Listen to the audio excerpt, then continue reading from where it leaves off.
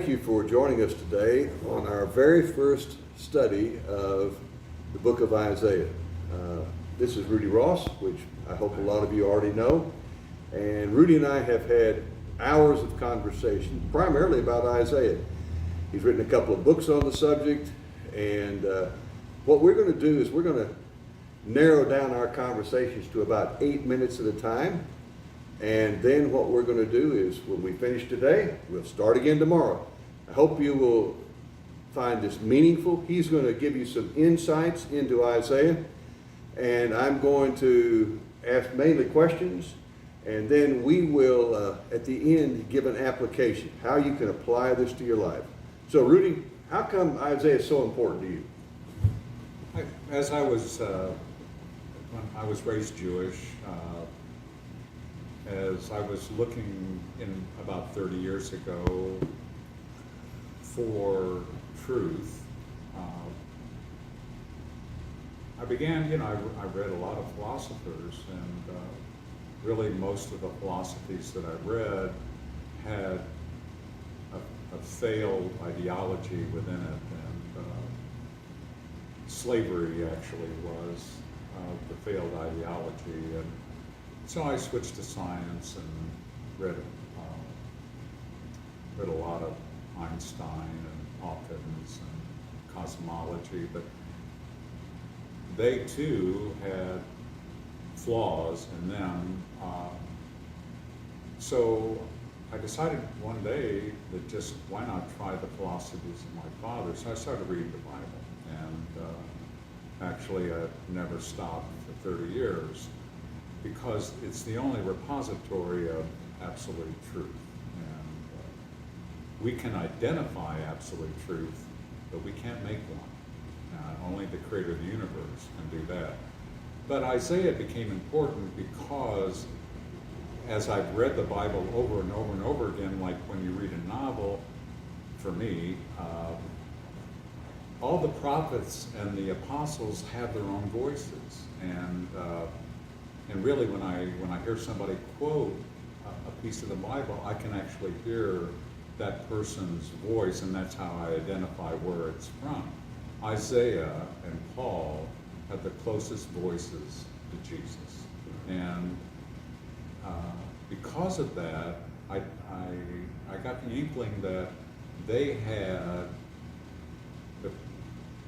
that somehow they were closer to his message than anybody else. I'm not saying that all the rest of it's not inspired. These, because they sound so much like Jesus, it became important to me because he's the one that put the voices in my head. Yeah, amen. Just a thought. If you're reading a daily devotional or even listening to Rudy and me talk, and you get one verse, it's hard to hear the voice of God in just one verse.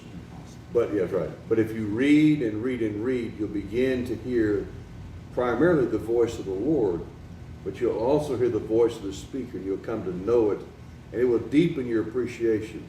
And I'd really suggest to you that you spend some time doing some reading. We're in Isaiah. Follow us. We're in chapter 1. We'll go to chapter 2 later on, and chapter 3, and so on. Try that. Also combine that with some of the Gospels, Matthew, Mark, Luke, and John. So, Rudy, we're in chapter 1, and tell me what verse, just as we looked at like the first 8 or 9 verses, what's the verse that most spoke to you? There was a verse that talked about Sodom and Gomorrah, and Sodom and Gomorrah happened 1,250 years before Isaiah was writing about it. It seems to me that without all the communication that we have today, back then, which was 2,700 years ago, how did they remember Sodom and Gomorrah? Right. And why was it so important? For me, Sodom and Gomorrah is important because of the promise made to Abraham the day before. The day before, he was promised he was going to have a son.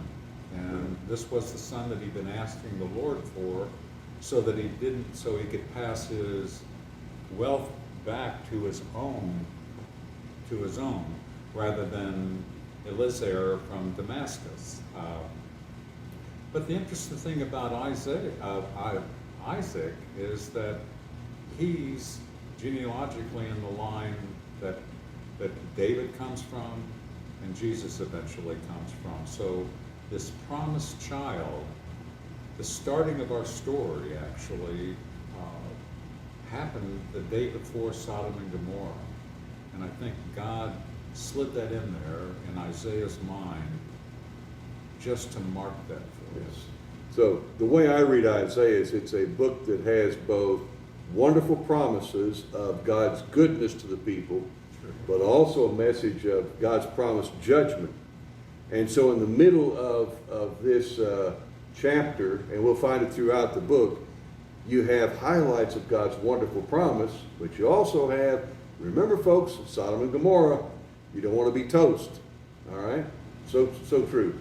So what out of that Sodom and Gomorrah thought has really resonated with you and changed your life, Rudy? Well, basically, I think the reason that I dug into that part of Genesis was when I realized that the three men walking down the road that Abraham saw, he identified one of them as the Lord, and the other two were angels. Right. And so he actually had dinner with the Lord. And I realized that Abraham didn't write the book of Genesis. Moses did, and which basically happened 1,500 years later. God relayed all this information to Moses, probably during his 2 40-day stays on Mount Sinai. But Moses seems to me to be a reliable witness about the Lord. So when we read the book of Genesis and we see that when God was telling Moses the story about Abraham, he identified himself in the story. Yeah. So we're ending up on our time here. We're going to return tomorrow with more, be turning the page a little bit in our Bible for another section of Isaiah. But I would just say, what I hear from you, Rudy, and I want to apply it to my life and to people who are listening to this, is that as you read the Bible, you see how God wonderfully has communicated His will to us. And so please read, please dig into it. It's not just filling your mind with facts, but it is the revelation of God, just like He revealed Himself to Moses and to Isaiah and to Abraham. He'll reveal Himself to you. God bless you. Rudy, thank you so much.